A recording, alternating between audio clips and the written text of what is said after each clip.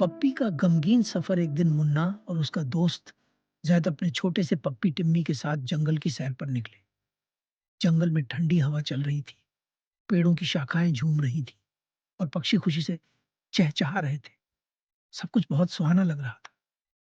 चलते चलते वो एक रहस्यमयी नदी के किनारे पहुंचे, जहां टिम्मी अचानक उदास हो गया। उसके चेहरे पर उदासी थी और आंखों में कुछ गहरी सी यादें झलक रही थी। मुन्ना और जैद ने उससे पूछा कि वो दुखी क्यों है, लेकिन टिम्मी चुप रहा। मुन्ना और जैद ने तय किया कि वे टिम्मी को खुश करने की कोशिश करेंगे।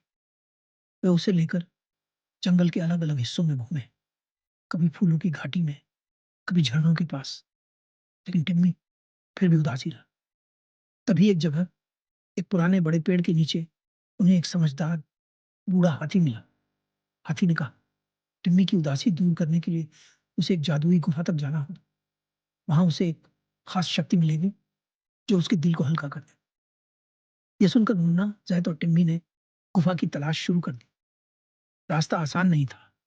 कभी रास्ता खो गया, कभी जंगल में अजीब सी धुंध छा गई, लेकिन तीनों ने हिम्मत नहीं हारी। आखिरकार एक शाम, जब सूरज ढल रहा था, वे जादुई गुफा के दरवाजे तक पहुंच गए।